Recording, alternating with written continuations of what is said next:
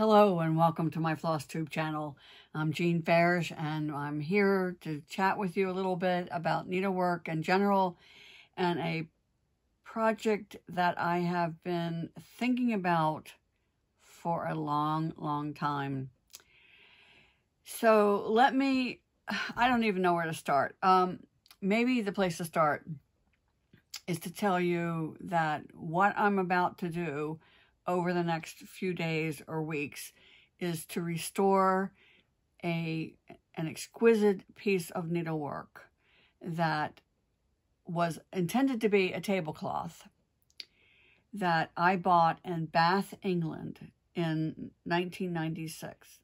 So I guess the place to start is that my daughter Catherine was doing a study abroad in England. And so while I was there, we went for a visit. I think it was that trip. I actually made 2 trips with her, but I think it was the first one. Anyway, we went to Bath, England, and there is, if you've ever been there, there's a spot where there's a bridge, and there are shops actually on the bridge. And in one of those antique shops, I found this tablecloth that is pulled and drawn thread work. And in a bit, I'll talk a little bit more about the actual needlework technique, but suffice it to say, it's pulled and drawn thread work. And when I saw it, I knew that it was just an incredible piece of work, and that it most likely was part of someone's trousseau. And I don't really know exactly how old it is, but I would guess that it would have been late 1800s, early 1900s, in terms of the time and the tradition of when this type of needlework would have been done fairly commonly. So I knew immediately it had to come home with me. So I also knew that I was not going to use it as a tablecloth, but I didn't want to just tuck it away. So I came up with this idea to frame it with glass on front and back so that when I hung it on a wall, the color of the wall would show through. So that's what I plan to do. And back in the late 90s, some of you may know this, I had a television show for one season. Well, actually the reruns went for a couple of years on public television called Spirit of Cross Stitch with Jean Farish. And this tablecloth featured in one of those episodes when I took it to a local framer and talked to him about what my concept was and tried to figure out how we were going to do this. So, so that's what we did, and it worked beautifully. And the way we did this was he cut mat board the perimeter of the piece so that it would all show, and covered it with fabric. And then I took the tablecloth and sewed it by hand to this linen wrapped mat board. And we're not talking about the kind of mat board that you see that has a linen surface, either by texture or sometimes there's actually linen fabric like glued down. We're not talking about that. He literally wrapped the mat board with fabric so that it would be loose enough. It was tight, but that I would be able to use a curved needle and sew around the perimeter. So that's what I did. All was well for years and years and years. It always had a special place in my home. I always made sure that it hung on a wall, that the wall color was bright enough or dark enough that this exquisite needlework would show through. So that was great until I moved into a farmhouse that I restored. Now, this farmhouse was built in 1840, so it had been around for a long time. And the walls were, you know, the sort of lap wood that you see that's so prevalent in home improvement type TV shows now. All the walls were either that or sort of tongue and groove wood siding. So none of the walls were traditional as you would expect, like with sheet rock and insulation behind them or whatever. So that was all fine until one Christmas Eve, we had an incredible cold snap. And the pipes in the bathroom above this bedroom burst. I was not at home. So by the time I got home, it was like a waterfall in my bedroom. The water was just coming down in sheets on this wall. And initially, it looked like nothing was going to be damaged, just wet, until the framed tablecloth dried. And this is what it looked like. Now, this happened 10 years ago. And I've just been putting off unframing it, unstitching it from this meticulously done mat board, washing it and ironing it and restretching it. So that's where I am today. And I'm going to take you through this process with me. So I don't even know at this point while I'm making this video whether or not it's going to work. Pretty confident that it will. So let me first of all just tell you a few things about the piece. Like I said, I bought it in Bath, England. I kind of recall the shop owner telling me that it was part of a trousseau that came from Italy. I have no proof of the provenance of this piece. All I knew was that I loved it, and that was enough for me at the time. It is 38 inches square overall. The needlework piece itself is 30 inches square, and then there's a 4-inch beautifully hem-stitched border around it. And interestingly, I don't remember noticing this when I first framed it, but in preparing for this video today, I realized that this hem-stitched border is a different fabric. And that is why it is sort of, I'll show you a couple pictures here that show you how, even though the needlework part is perfectly stretched, the hem-stitched border is sort of wrinkly. I mean, it's like it's not the same fabric. So I do remember noticing that before I did this initially, and that's what made me decide that I wasn't going to show the hemmed area at all, because it just looked kind of sloppy. Now, keep in mind, this probably would have been done by I'm not going to say a young girl. I'm going to guess a young woman. But again, I don't know how old she would have been when she did it. So I do plan on doing that again. Sewing the hem stitched, the border, the hem to the same piece of mat board, and so that only the needlework is going to show in the mat opening. So that's the plan. Each one of these motifs is about 4 inches square. And I decided that I needed to know what the linen count was. For one thing, I was curious, but I also knew I would get mail about it. So this is what I did. I laid this ruler on the needlework, took a photo with my phone, blew it up, took a screenshot,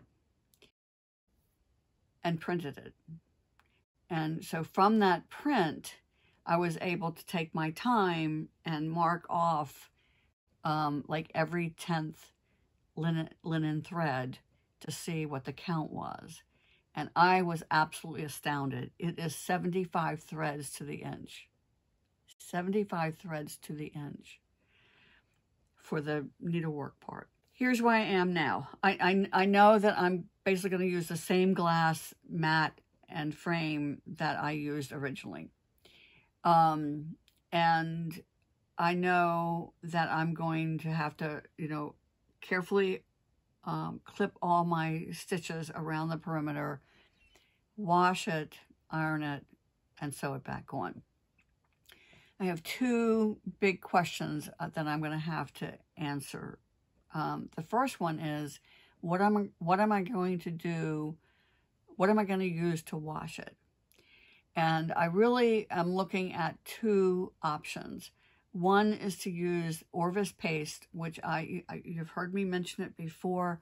It saved my bacon when a sampler was damaged was stained with a big bright orange spot.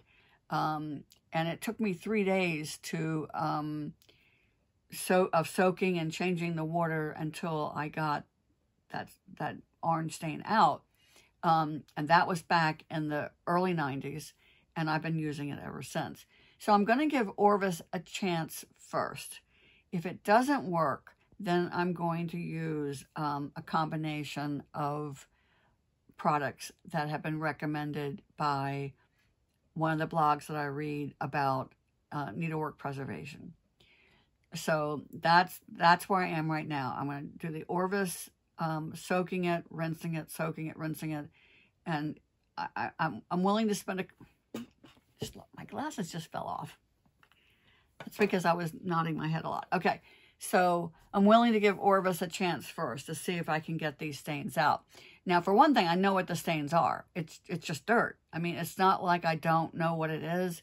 I should also kind of explain, going back to the Christmas Eve disaster of the pipe bursting, that the water that came down looked clear, but as it was, I mean, again, this house was built in 1840, and as the water was coming down from the second story and going through where the floorboards were between the two stories, it just brought that accumulated dirt down with it. So it's not like I don't know what it is. So that's one reason that I think I'm going to give Orvis a chance first. I'm really curious to see if it will get it clean. Already, I posted a little thing, a little teaser on my Facebook page, and already people are suggesting things like OxyClean and whatnot, and that'll be a very, very last-ditch effort. I don't want to use anything as harsh as that. So so that's my plan. Orvis first, and then these restoration detergents, soaks and detergents second. Where I'm going to do this work is also a big question. Now, because this thing is 38 inches square, and because my kitchen sink is a 2-sink thing that's almost divided right in the middle, it's not like I have a big sink. I've decided to use my upstairs bathtub. This way, there'll be less wrinkling. So that's the plan at this point. The other really, really big question I have to ask myself, and I asked myself this in the 1990s when I first did this, what am I going to do about these places where this young woman didn't cut away her linen? And initially, I left it as is, partly out of respect, I guess, for her work. This was her work. She finished it. Or did she? Did something happen that when she got to this point where all she had left to do was to clip these couple little places, was the wedding called off? Did she not get married? Did she get sick? We don't know any of these things. And so that was part of my thinking, was just to let it be the way it's always been. That said, it's also always bugged me. And I wondered, am I being more true to her by saying, hey, it may be 100 years later, but how about if I get a nice pair of scissors here and clip off these little triangles that I know you really meant to cut off, because she did it in all the other places. So I have some time to think about that. I don't need to make that decision until I'm ready to put it under glass. So stay tuned for that one. Put my glasses back on so I can read my note and see if I've left anything out. Nope, I think that's about it. So that's going to be my project for the next couple days, couple weeks. I don't know, but I will share with you next week the progress that I make. And if I don't get it all done by next week, then I'll show you the progress the following week. So you can just go along with me for the journey. Although it's been a busy week here, I don't have a lot to add about FAQs or anything. Oh, I do want to say something about a question that I asked last week that a couple people have misunderstood. My question that I'm asking my viewership is this: if you are a person who is intimidated by washing and ironing your project, my question is why? What are the hurdles that get in your way of just getting in there and getting the job done? I'm frankly not interested in people telling me how to wash and iron my needlework. The method I've been using since 1980 something, and I'm perfectly happy with it, frankly. Always willing to listen to other ideas, and I mean, I'm still learning myself. So it's not that I have a closed mind about it. It's just that that's not really the focus of my question right now. Is more a matter of trying to take people by the hand that would like to wash their needlework and they're just afraid to. My question is, what makes you afraid? So that's one thing. The other thing is I've been busy adding to my Etsy store. I am adding legacy linen in 1 yard, half yard, quarter yard, and 1/8 yard pieces of as many colors as I currently have on hand. And I'm also cutting some that are the same dimensions of what I call my ampersand samplers. So that if you are stitching the hare in the basket, the deer in the grapes, the 2 turtles and a flamingo, anything in that series, these fabric cuts will be perfect for that. And I'm also going to add some 10-inch squares for people who would like to stitch smalls, especially the Joy samplers work really well on that. So yeah, so check the Etsy store, see what's in there. Scissor order is in process. And I'm really, really hoping that within the next couple, 2-3 weeks, that I'll be getting those restocked as well. So, oh, I've been stitching, and I know that might sound like weird news, but I'm still struggling with my left hand, and I am going back to get a medical opinion about what's going on with my hand. But meanwhile, I've been working using the seat frame, and I have made a couple of discoveries about that. One is that my threads are much more likely to get twisted up when I'm stitching with an embroidery hoop than they did when I was stitching in hand. And I know I'm not just imagining this. I really have been focusing on how it is that I'm stitching that's different. And there must be something just about the motion that when you're stitching in hand, when I stitch in hand, I tend to sew rather than poke and pull as much as possible. So I think it must just be the needle motion that by poking and pulling, I must be twisting it. But I'm getting a lot of twists. And so it makes me a little more understanding why people have a challenge keeping their 2 floss strands parallel to each other. It is definitely harder, for me at least it has been, stitching in a hoop than it was when I was stitching in hand. So that was a real revelation for me.